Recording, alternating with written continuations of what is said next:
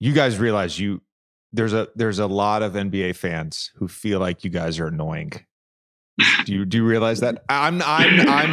Look, I'm not saying you are annoying. I'm saying there's people that feel like you're annoying. I could see it. I mean, we got Dillon Brooks who doesn't shut up, Ja Morant all up in the media, Steve-O doing his Steve-O things. I can see it for sure. Desmond, I'm trying to figure this out as an observer, and Tommy chides me all the time because I'm an unabashed Memphis Grizzlies fan. He's a super fan. borderline restraining order. It's the reason I'm watching Memphis Orlando on League Pass. It's like if Memphis is on, I'm watching them. Yeah. But I'm an outside observer, and I see you guys dancing in the tunnel before the game. I see Ja making the comments that no one in the West bothers him. I see Dillon Brooks's body language during the Golden State game. I actually said the Golden State punked y'all, but watching Dillon Brooks, I'm like, he's a tough dude. Yeah. And I'm trying to figure out who is the heartbeat, who is the soul. I think every team has a soul, has a heartbeat. Who's the heartbeat of your team? That's. I mean, I think I got to point to Dillon Brooks again. I mean, it's Dillon Brooks, it's Ja, it's everybody kind of does it in their own way. You know what you're getting at is Steve-O. He might not be as vocal, but he's going to be that physical presence. Jaren doesn't speak a lot, but his presence is felt. I'm probably the one that honestly speaks the most. In timeouts and huddles and stuff like that, but. Tyus Jones does a great job leading off the bench. I mean, and I think that's a sign of great teams, when you have 4, 5, 6 guys that you can count on to, kind of lead. I think that if I had to point to one guy as a heartbeat, I think I got to say Dillon Brooks. But, I think that as a collective unit, we all try to lead. Tommy, did you hear what he just said? He said the sign of great teams. Sign of great teams. He's not. I was going to say, do you guys feel a little bit, obviously you haven't accomplished everything you want to accomplish, but do you feel a little bit, even from like this time last year, like you've gone from being like the hunters to the hunted? Because you were sneaking up on people a little bit last year and now everybody knows?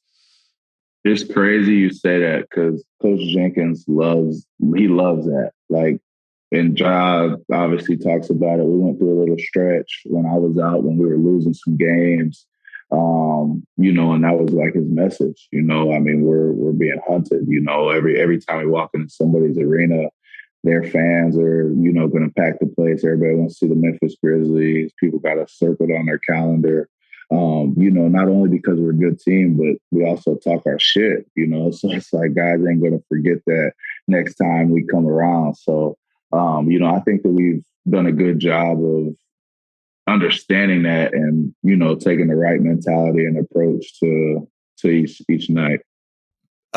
Speaking of Dillon, Tommy and I have become obsessed with this. Do you follow advanced stats at all? Do you pay attention to that stuff? I see some of it. Yeah, I see some of it.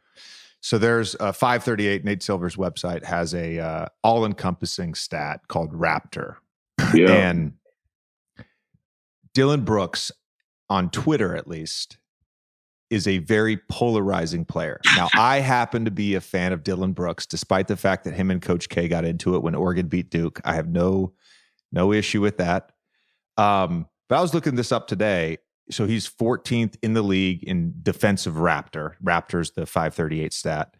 And he's tied with Jose Alvarado for 36 overall. Best player in the league for wins above replacement player.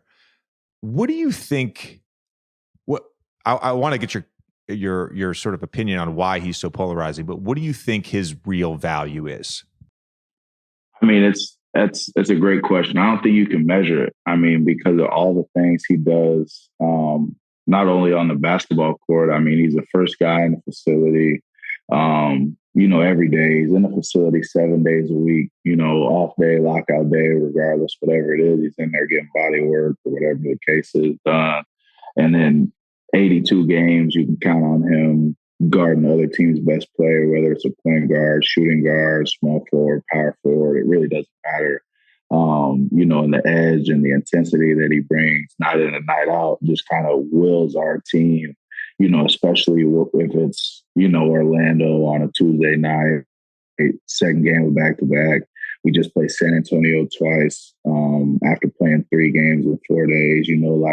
Guys like that are important, in those stretches of the season for sure. I took Tommy. We were both at the Knicks game last night to watch Tyrese play, and TJ McConnell had a big game.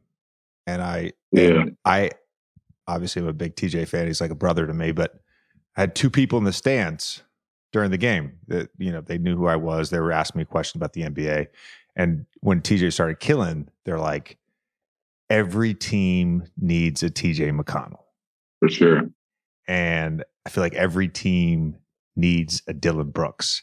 And I brought up, thing can be said. Yes. And I brought up Taylor. And I'm curious the dynamic, because a lot of the polarization about Dillon is not defensively, it's offensively in the shot selection. Mm-hmm. But I feel like one of the strengths of a coach is to give players freedom. For sure. So where does sort of that dynamic play out in real time?